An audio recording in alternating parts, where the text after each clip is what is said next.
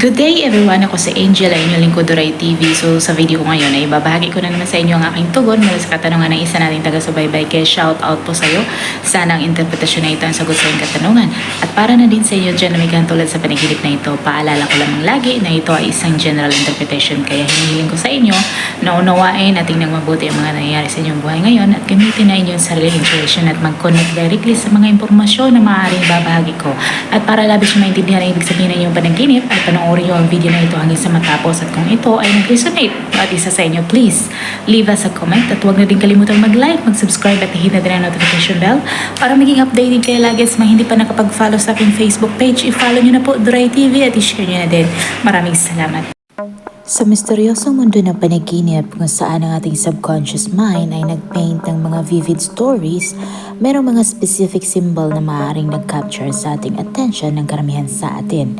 At kapag nanaginip tayo ng kutsilyo or itak, it feels both fascinating and strange dahil ang panaginip ay sinusubukan na mag-unveil ng mga hidden message para sa atin. At ang panaginip tungkol sa itak ay maaaring isang symbol ng protection. Ang tao na magkakaroon ng ganitong klase ng panaginip ay maaaring makakadama na nasa panganib sila or maaaring sasabak sa isang emotional or physical pain. At ang representasyon ng itak ay ang kakayahan mo na mag-stand up or tumayo para sa iyong sarili. Sa totoong mundo, ang itak ay tinitingnan din bilang isang symbol ng aggression and physical violence. At ang pagkakita mo ng itak sa iyong panaginip ay maaaring nangangahulugan na makadama ka ng galit at itinatago mo ito. At dagdag pa dyan, ito din ay nangangahulugan na may mga tao sa iyong paligid na maaaring ipapahamak ka. Kaya kailangan mong mag-ingat. Isa din sa mga dahilan ng panaginip ay ang takot sa kamatayan. Isa sa mga bagay na associated sa panaginip tungkol sa itak ay death, since ang itak ay ginagamit din na para manakit o di kaya kumitil ng tao. At ang pagkakaroon ng ganitong panaginip ay maaaring nangangahulugan na takot ka sa kamatayan o someone close to you ay mawala. Ito ay isang kaso lamang na kung sa panaginip. At ang pagkakaroon ng ganitong panaginip ay maaaring nangangahulugan na takot ka sa kamatayan or someone close to you ay maaaring mawala.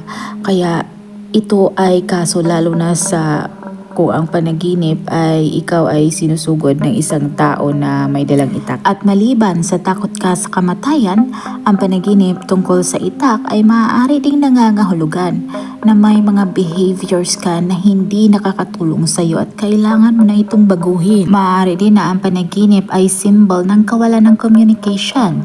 Kaya kung nagkakaroon ka ng ganitong klase ng panaginip ay dapat na mag-ingat sa tungkol sa mga words na iyong ipik kapag nag-communicate ka with people around you.